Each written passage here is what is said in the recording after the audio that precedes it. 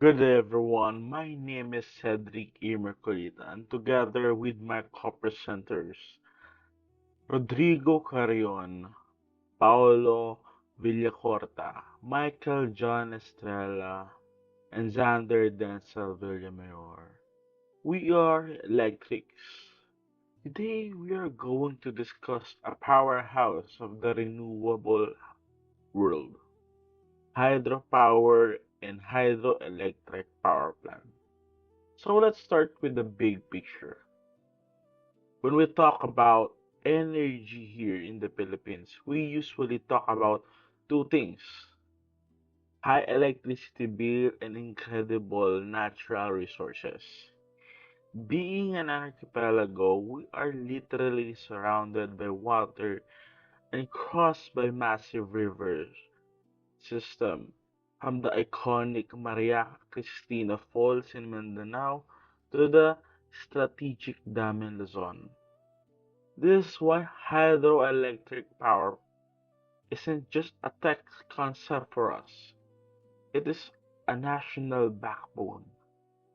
It's one of the most important energy sources in the country because it allows us to tap into our own geography to achieve energy independence, moving us away from expensive imported coal and toward a future powered by our own mountains and river.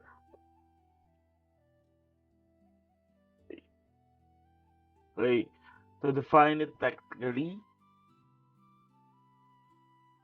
let's going to start with introduction. A hydroelectric power plant is a renewable energy system that generates electricity by harnessing the energy of flowing or falling water. It is widely used to its high efficiency, reliability, and low environmental impact compared to fossil fuels.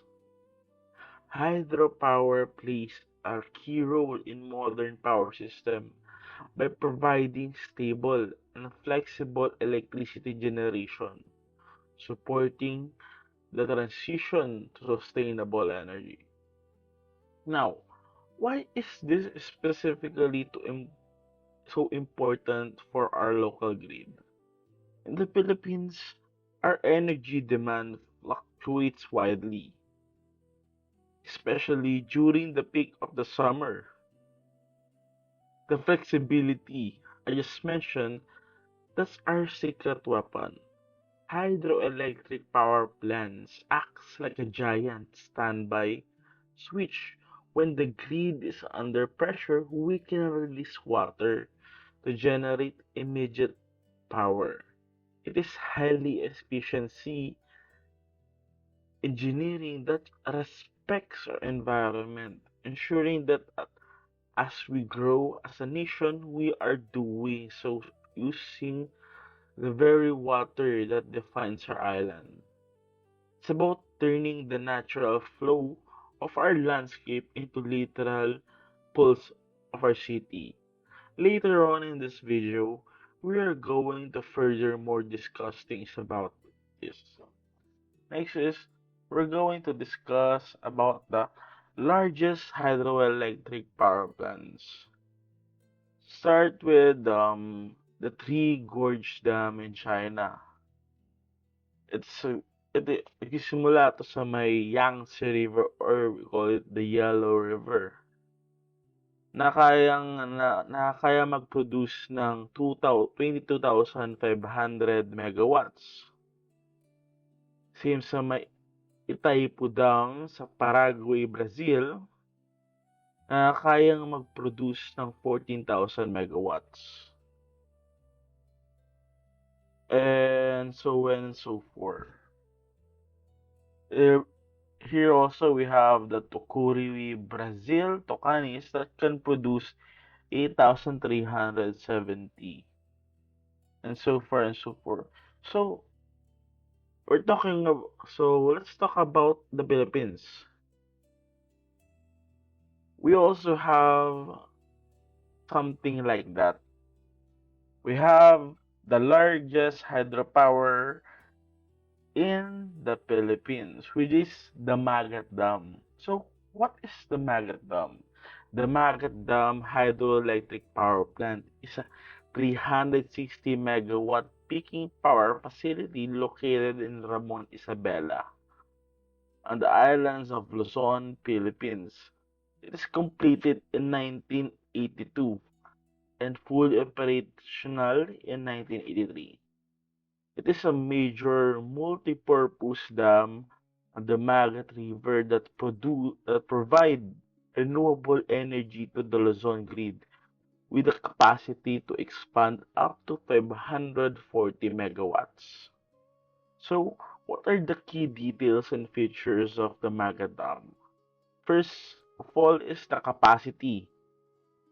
The plant operates up to with 490 megawatts Francis turbine, totaling an installed capacity of 360 megawatts to 380 megawatts depending on the source. It acts as a peaking plant to meet high demand with an average annual production of approximately 928 gigawatts to 985 gigawatts per hour. Operation of the operator and ownership of this facility is operated by the SN Abutis Power Magat Incorporated. So the purpose naman, so the dam provides water for irrigation to around 85,000 hectares farmland. So, where is it located? The dam sits on the border of Ramon Isabela and Alfonso Lista Ifugao.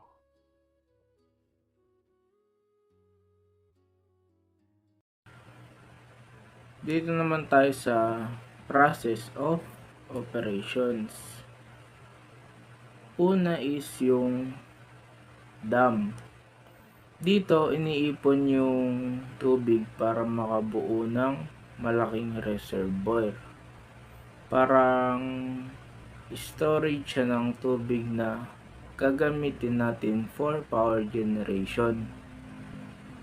Habang mas mataas yung water level, mas mataas din yung potential energy na pwede nating ma-convert into electricity. Next is the intake. Kapag binuksan yung gates ng dam, dadaloy yung tubig pababa dahil sa gravity papunta sa penstock or malaking tubo.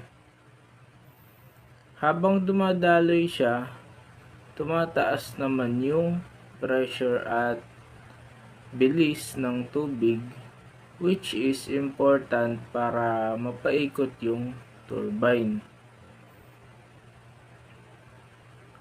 Pagdating ng turbine, tatama siya sa blades kaya iikot yung turbine. Dito nangyayari yung conversion ng energy from moving water into mechanical energy. So basically, yung galaw ng tubig ang nagpapagalaw sa systems.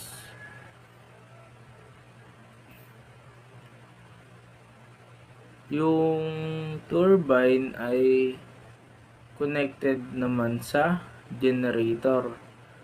Habang umiikot yung turbine, umiikot din yung generator.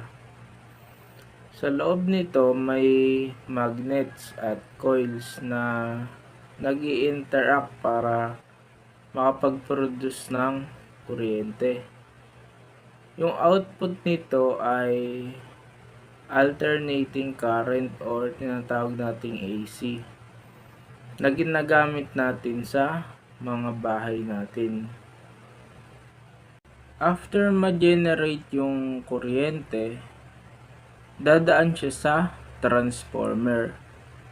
Ang role nito is pataasin yung voltage para mas efficient yung pag-transmit ng kuryente over long distances at mababawasan yung energy loss.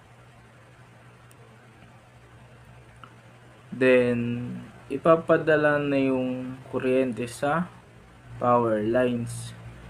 Usually, gumagamit ito ng 3-phase system para mas stable at efficient yung distribution. Dito, napupunta yung kuryente sa mga bahay, buildings at industries. Lastly, yung tubig na ginagamit ay lalabas sa outflow or tail race at babalik sa ilog. Dahil dito, tuloy-tuloy lang yung cycle ng tubig. Kaya renewable at sustainable yung hydropower. And my name is Michael John B. Estrella from BSEE 3B. Hydropower, how it operates. Hydropower is a renewable energy source that use flowing water to generate electricity. It is one of the oldest and most widely used form of energy production. So, what is hydropower? Energy produced from moving water uses dams or flowing river. Clean and sustainable source help reduce dependence on fossil fuels. Main components of hydropower plant reservoir: dam, intake, control gate, penstock, turbine, generator, transformer, power lines. Reservoir and dam reservoir store large amount of water. Dam control water flow and create pressure. Water is released when electricity is needed. Water flow system. Water enter through the intake. Flow is controlled by the control gate. Travels through the penstock or yung large pipe. High pressure builds as water moves downward. Turbine and generator. Water spin the turbine. The turbine is connected to a generator. Generator convert mechanical energy into electrical energy. Electricity distribution. Electricity passes through a transformer. Voltage is increased for efficient transmission. Sent through power lines to homes and industries. Ang advantage ng hydropower, renewable and sustainable siya. No air pollution, reliable energy source, low operating cost. Ang disadvantage naman nito ay expensive to build dams at can affect ecosystem and wildlife. Limited to sustainable location. May displace communities. Hydropower is an important renewable energy source that efficiently convert the energy of moving water into electricity.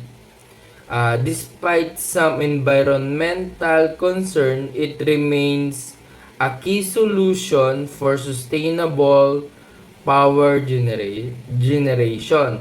Next, this diagram show the main parts of hydropower plant.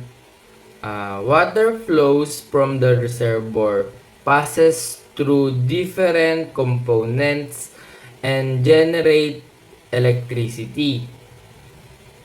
Reservoir, dam, and spillway. The reservoir store water, the dam hold the water and create pressure. The spillway releases excess water to prevent overflow and damage. Intake and trash rack. Water enters through the intake. The trash rack filter out the debris like leaves and trash. This keep the system clean and protect the equipment. Control gate and penstock. The control gate regulates the flow of water. Water then moves through the penstock, a large pipe. As it flows downward, the water gains speed and pressure. So next, ang turbine and generator. The fast-moving water spin the turbine. The turbine is connected to generator. The generator converts the energy into electricity. Transformer and transmission. Electricity goes to the transformer. The transformer increases the voltage. Then electricity is sent through transmission line to different areas. Drop tube and outflow. After turning the turbine, water flows into the drop tube. It is then released back into river through the outflow. Fish ladder. The fish ladder helps fish move upstream. It allows fish to pass the dam safely. This helps protect aquatic life. Hydropower use flowing water to produce electricity. It is clean to produce electricity. It is renewable energy source. And it is important for sustainable energy production. So, magandang araw everyone. I'm Mr. Paolo Villacorta from BSE 3B, and I will going to discuss the construction of hydroelectric power plant. Hydropower involves generating electricity by using the energy of flowing or stored water, typically through the construction of large dams and associated systems. The construction of process of hydroelectric power plant is complex and labor-intensive, beginning with the diversion of water away from the construction site to keep it dry. Kailangan gawin muna itong tuyo para makapag-umpisa ng construction ng hydroelectric power plant. Once diverted, the foundation area is carefully cleaned, excavated and reinforced to ensure it can support the massive weight of the dam, often using rock bolts and other stabilization methods. The dam itself is then built in sections using reinforced concrete and steel bars. or rebar, added for strength. After structure is completed, water is gradually allowed to fill the reservoir behind the dam, while engineers closely monitor its stability and additional components, such as spillways, turbines, and generators, are installed to make the system operational.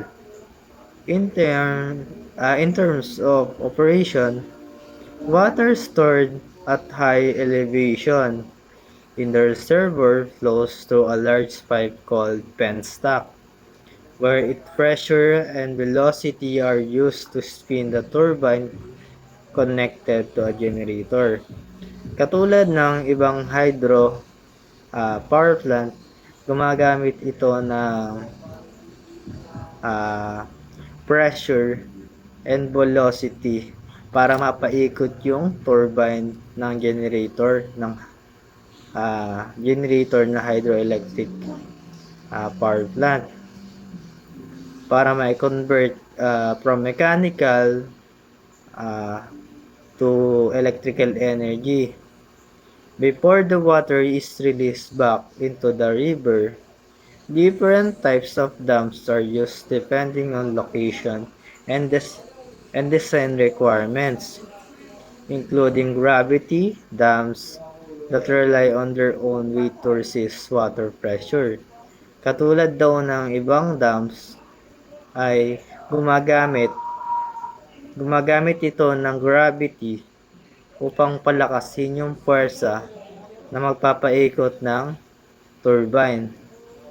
Arc dams that use a curved shape to transfer pressure to the surrounding rocks wall, and butters dams that use structural support to reduce the amount of material needed. Overall hydropower system efficiently convert the potential energy of water into electricity, making them a reliable and renewable source of energy.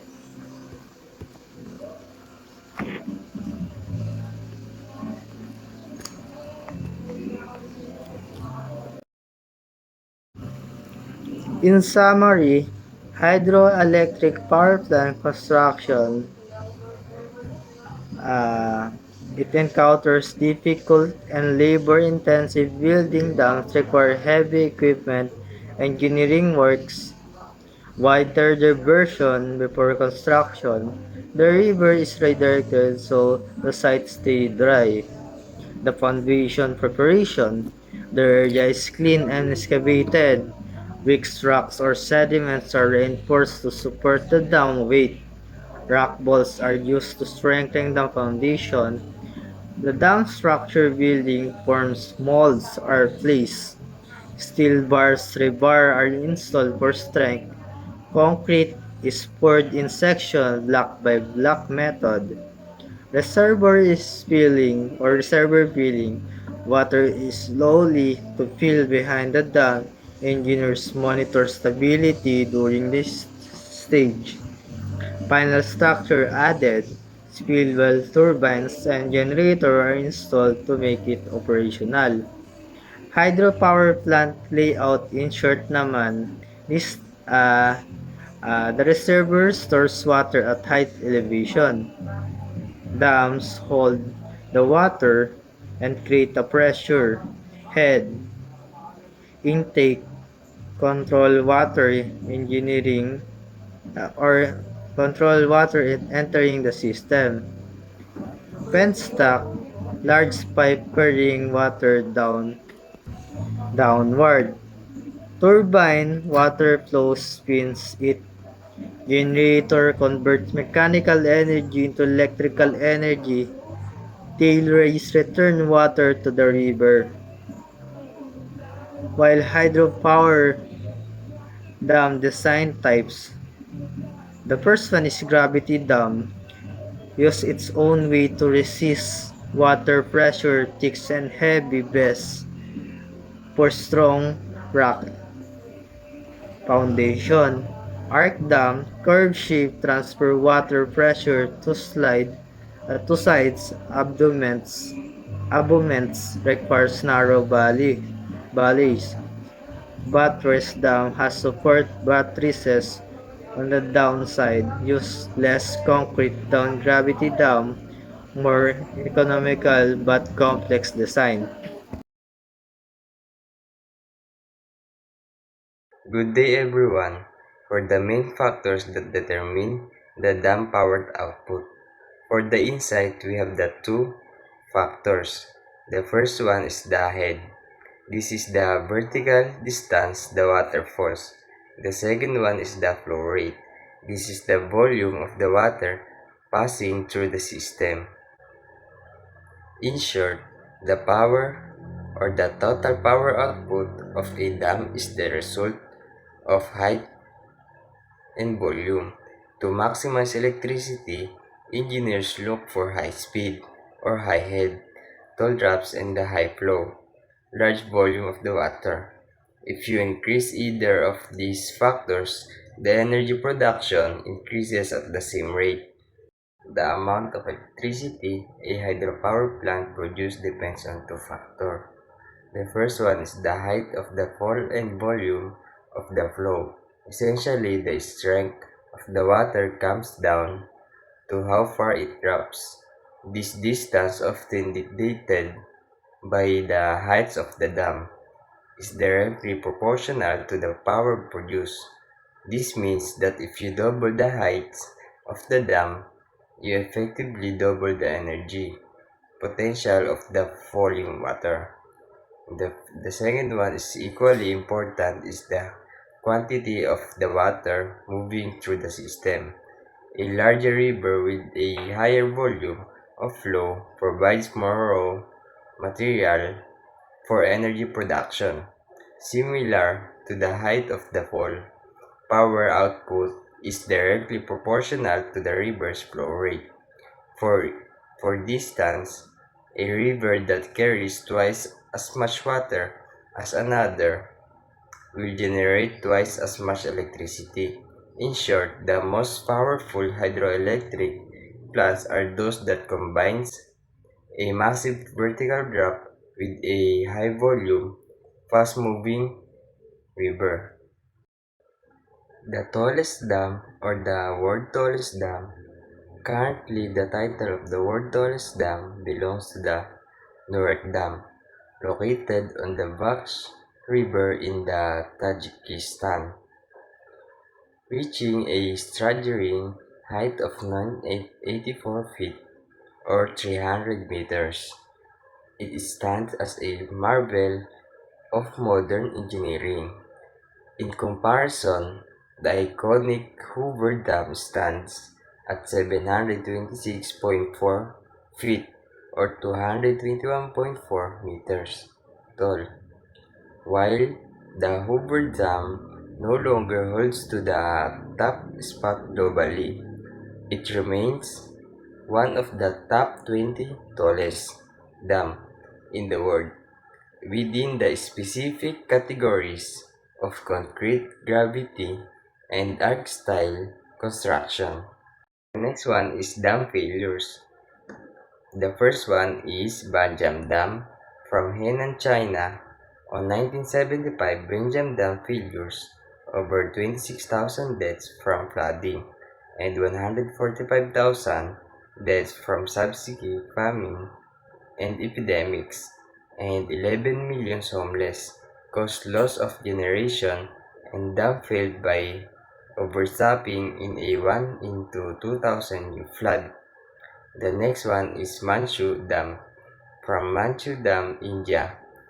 On 1979, the Manchu Dam 2 is collapsed, leading to the deluge of the city of Morbi and the surrounding rural areas. Over 1,800 to 25,000 people were killed.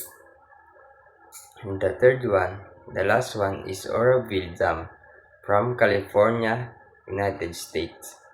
The damage is because of evacuation of 180,000 people. on 2017.